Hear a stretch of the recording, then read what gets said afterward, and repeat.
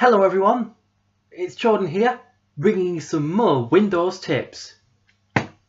First of all, I'm going to put the keyboard down so that I can talk to you guys.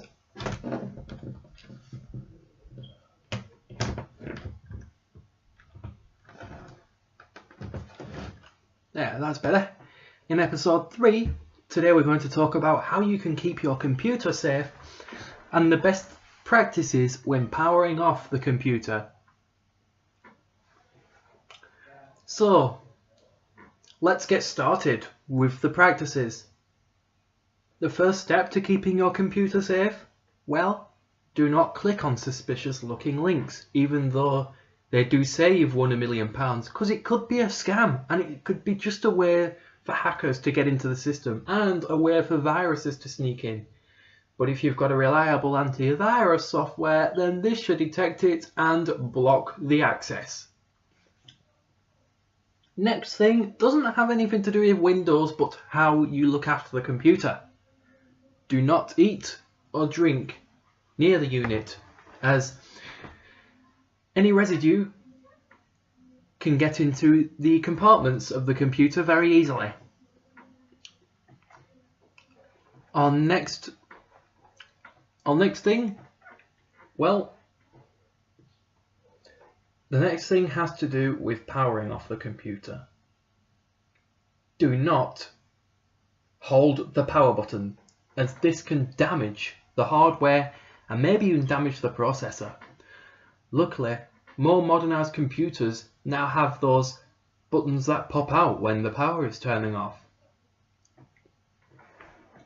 This kind of tells the computer it's ready to shut down if just pressed. But that is also a bad way of doing it. The proper way to shut down your computer is to press Ctrl, Alt and Delete if you are using Windows 10 like I am. Then click on the button that says Power. The first button you'll see after you've clicked on Power is the Shutdown button, so just press Enter on that and your computer should shut down. If you see the message blocked shutdown, you can either do two things.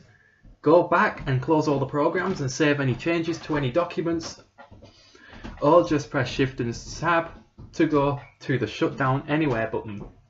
In this case, it will shut the computer down immediately, forcing all the programs to close and meaning that the unit is less likely to get damaged.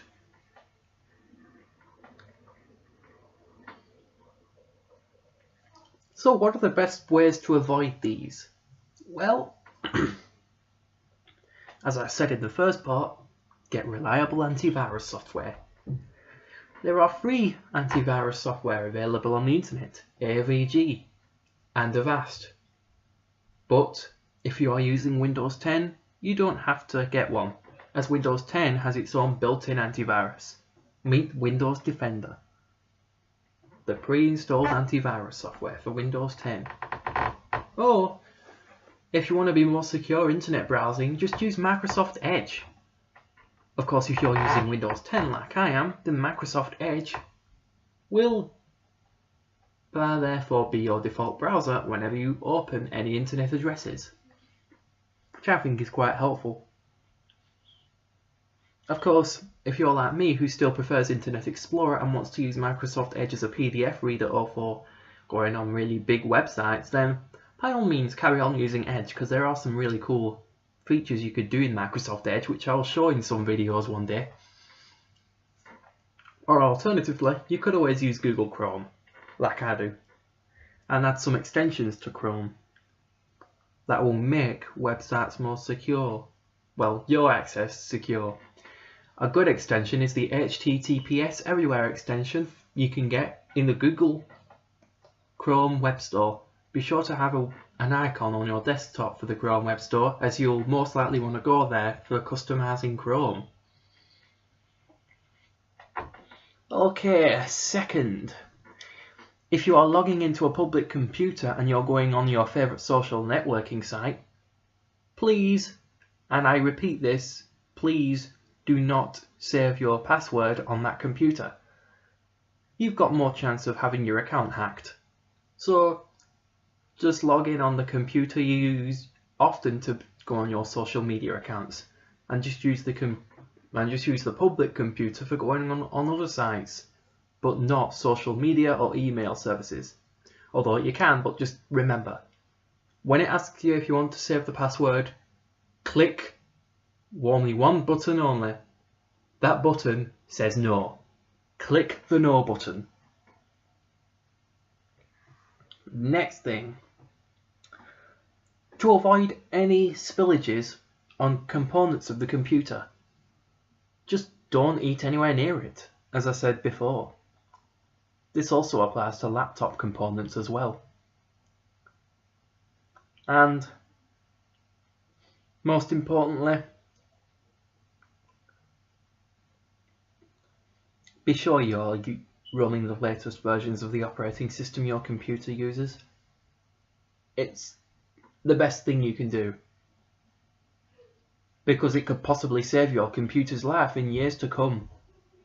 Especially due to the fact that back in 2017, when there was a big cyber attack in May, many computers were using Windows XP. Ooh, speaking of supported Windows operating systems, next year, on the 14th of January, Windows 7 will no longer be supported. Unfortunately, there will no longer be any more extended security updates for Windows 7. So you've got a few options. The first, get Windows 8. Although, why would you bother? Windows 8 doesn't even have a start menu. The second, get the good old Windows 10 that I'm using. Windows 10's got much needed security features and is definitely recommended if you want high security on your computer. The last, get one of the other operating systems like Mac OS or Linux, but personally I think Linux definitely not, as Linux has its programming glitches, and Mac, well, you could get Macs since they're not too bad, but personally I think they're complex to use. So what have we learned today? Well, we've learned that security is the main thing that you must deal with when getting a computer, and you should always take care of its daily needs all the time. And also,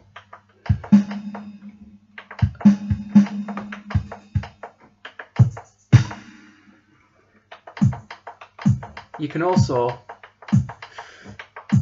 just do what I do.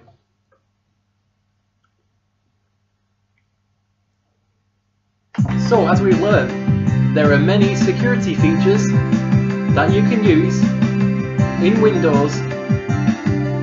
I am Jordan Livesey, giving you some Windows tips. Stay tuned for episode 4.